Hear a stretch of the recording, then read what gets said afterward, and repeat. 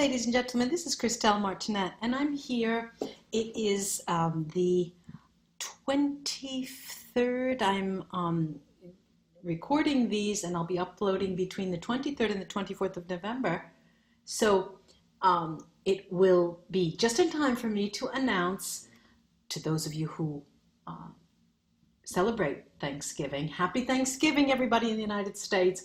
I usually go every year to Thanksgiving, and I stay a while. This year I had things changed, my plans had to change, and so I won't be there, but I will be there both in spirit and in FaceTime. And my sister promised to freeze her turkey, her cranberry sauce, and her apple pie, and the lasagna.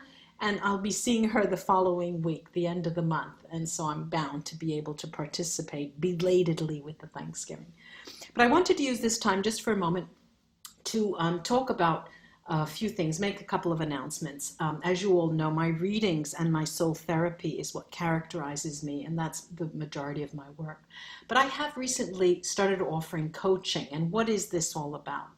Well, typically, people who I have already read with and who I have done soul clearing with, I have gone into their Akashic records and have cleared their records. Once cleared, a lot of people have difficulty in correcting their pathway and making positive choices, motivated by energetic statements of joy, love, and abundance. And for example, people can be caught up in relationships that are physically, or even, I would say worse, mentally abusive, with a companion, with co-workers, with a family member, for example.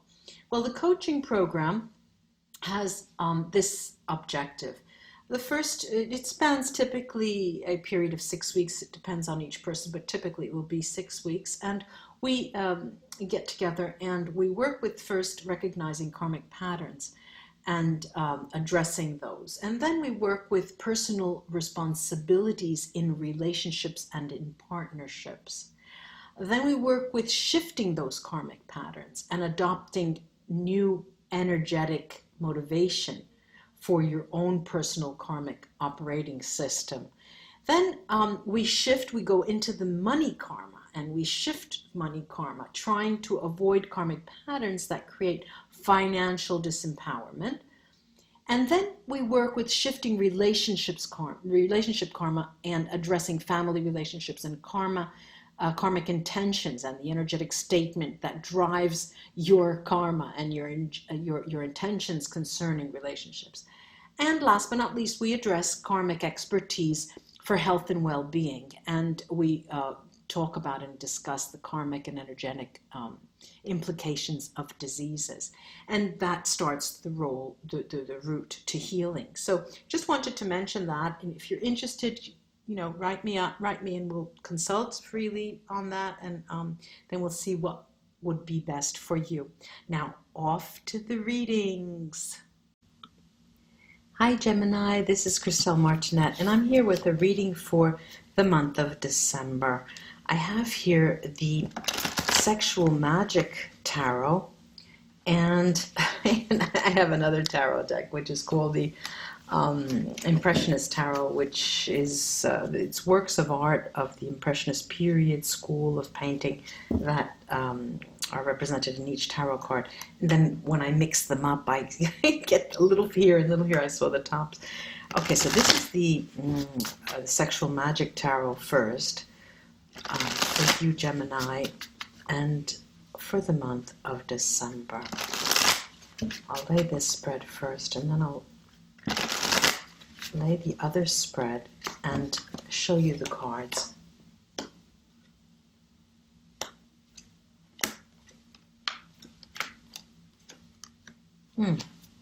Well, I'll try not to say anything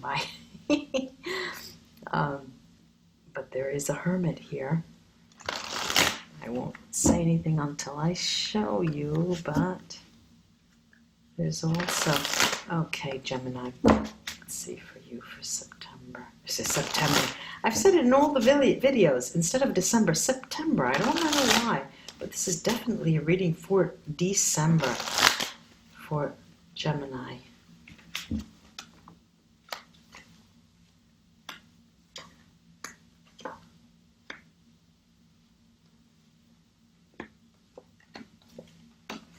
Okay, so the first card out is the Nine of Wands. The Nine of Wands, then the Ace of Pentacles. Look at how lovely that is, the Ace of Pentacles. Then the Four of Wands.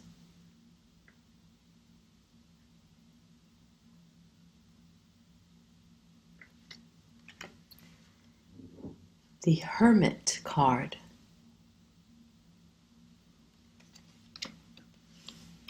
The Five of Cups. The King of Cups. Then the first card out in this other deck is the King of Wands. The King of Cups, the King of Cups, because right next to that is the King of Wands. My eye goes always forward. Then the Two of Cups, look at this. The Seven of Cups. The Moon. And then the Queen of Wands. Now, I have these spreads that are inverted pyramids, 3-2-1, 3-2-1, and there is a combination in the diagonals here as well. And, you know, if I have to say, a Gemini, that there were any bad cards or any difficult cards, you know, what is one to say for the Five of Cups in this deck? Okay, you may have some kind of regrets with respect to a person, but that's not really that important. On the other hand, Gemini, there is this, the only worrisome card would be the Seven of Cups here. And the Seven of Cups here is, as I always say in Italian, there's the expression imbarazzo della scelta. You just don't know where. There's so many choices, you don't know what to choose.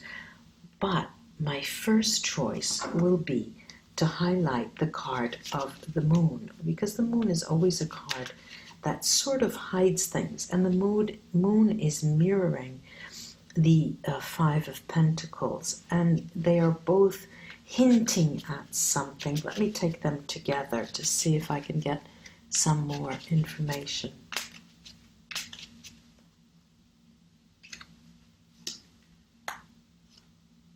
Now, they're not talking.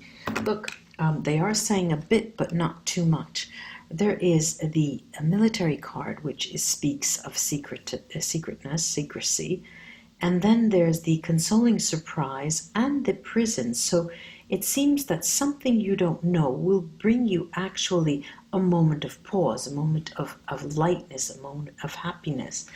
And it has to do with the end of a relationship, with how you look back at a relationship and you see what has come down. And it is that moment that will help you understand more things for how to go forward, more things for the future. I'm going to go to the Seven of Cups right next to that, which is mirroring the Hermit card. Then I'll go to the Hermit card. This is the Donna di Servizio, the housemaid, amore, love, and gelosia. Now, it's really difficult, Gemini. It's difficult to say that, yes, I loved him. Yes, I loved her. I really did. I want, with all of my heart, and no one believes you. It's almost as if, the fable, Crying Wolf, where it's a joke, it's a joke, it's a joke, crying wolf. And then when the wolf comes and you cry wolf, nobody believes you. And this is what I'm getting for you, Gemini, a bit. And you can, give me thumbs down if you want, but I'm telling you like I see it and like I call it. There's a housemaid, there's a bit, when you are in a position to have some aid with respect to a loved one, and we're in a position where you could have said to them your feelings, you could have communicated your feelings, you didn't. And for the month of December is putting you in a position of having to suffer the consequences of not having communicated. I'm going to go to the Hermit card, right next to that Five of Cups. The Hermit card. Okay. There's the Doctor, Dottore, Malinconia, Melancholy, and Allegria. These two almost cancel each other out, but it is the Doctor and the Allegria which gives us a measure of what's going on, this up and down energy with a look to the past. A look to the past, almost as if you didn't do something. You should have, but you didn't. There was something you should have done, but you didn't. And this is the recurring theme that's coming up. I'm going to the Five of Cups, which is always a difficult card of changes. Let's see what those changes are all about, Gemini.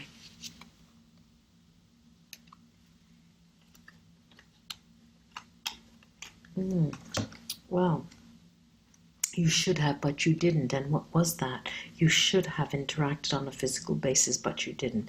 Letter, the superbia, vanity, and delirante. You should have come forth before and declared your love, or told them what you felt, or actually touched them, but you didn't. And that is a tinge of regret that it's coming to you. There's also this Four of Wands next to the Ace of Pentacles. I'm going to the Four of Wands, which really smacks of a solid base in a couple, in emotions. But let me see if I could get more details. Yeah, emotions. It is actual. Okay. Leggerezza, lightness, is also a card that speaks of physical interaction. Death, morte, and denaro, the safe, which speaks to an institutional bond. Now, these three cards together talk of something that has gone awry, something that has ended, something that has lost its spark, both the physical side and the bond itself. But it comes back, it comes after the Ace of Pentacles. And the Ace of Pentacles for me by far is the best card in the tarot deck. I always say that. Because there's a high level, there's almost the touch, the communication of a beginning of something new, almost as if you have the flavor in your mouth, that there's a new love coming in. And what I see here is the viaggio, the trip, on the horse, the man is going, pensiero, thought, and l'amante. And these are thoughts, fine, of you going, but there's also something coming. There's something coming in. This is the Nine of Wands. Now, the Nine of Wands is usually a card of burdens. And, in this deck, they're always fornicating or having some kind of sexual innuendo going on. But in this case, the man is fully clothed as the woman is. And in a deck like this talks of a burden. This talks of another type of moment. This, for you, Gemini, is a month where you will be doing something different. You'll be looking for something different. You'll be, I'm going to go do something different here. I have two kings. I have the King of Cups and the King of Wands. I'm going to see what these kings talk about. Perhaps it's best to do one at a time. The King of Cups. Oh, this is looking back. This is looking back. This is the Sospiri sighing, Fortuna, fortune, and the old lady who speaks to change. This is going to talk about that backward-looking countenance that you have will take a shift, will shift. You're no longer going to look back because, and I'm going to look at this King of Wands, because there's something you're waiting for. This is the domestico, the house domestic, the fedeltà, faithfulness, or fidelity, and mercante, excuse me, merchant. It's as if you're going to go ahead, business as usual, but you're waiting for something to come back. You're looking back, and it is that looking back which is, what's interesting is that I have both the King of Wands and the Queen of Wands in this deck, and it's a couple. So let's take a look at that Queen of Wands.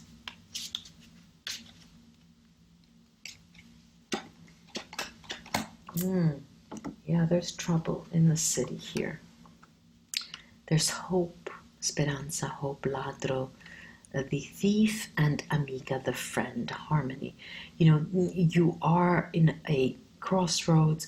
You don't know whether you want to break this relationship off or go forward, hoping for a newfound equilibrium. Let me take the runes to cast and to crown the reading to see if they can add anything. Gemini.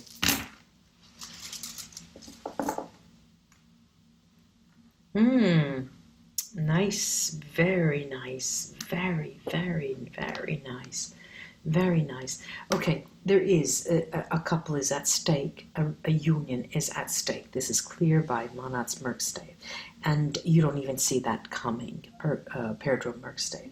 What is interesting is Sohilo, and Anzus, that talk, successful talk, successful communication that will give you a positive exchange, bringing abundance to you, a new beginning, if and only if you're able to understand the importance of this moment in terms of your future.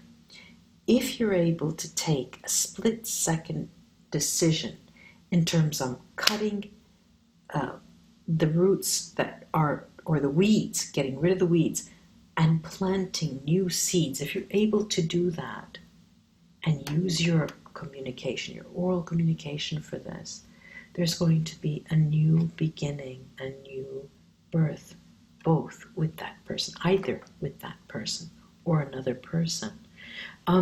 It's quite interesting to see Therisat's Merkstave, and Therisat's is always a difficult rune, a very hard rune, a very harsh rune.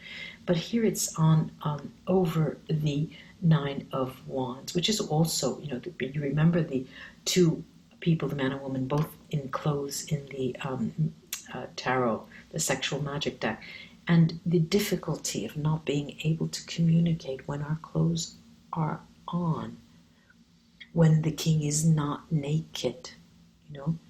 I hope this was of help, Gemini. Until we read together again. Bye-bye.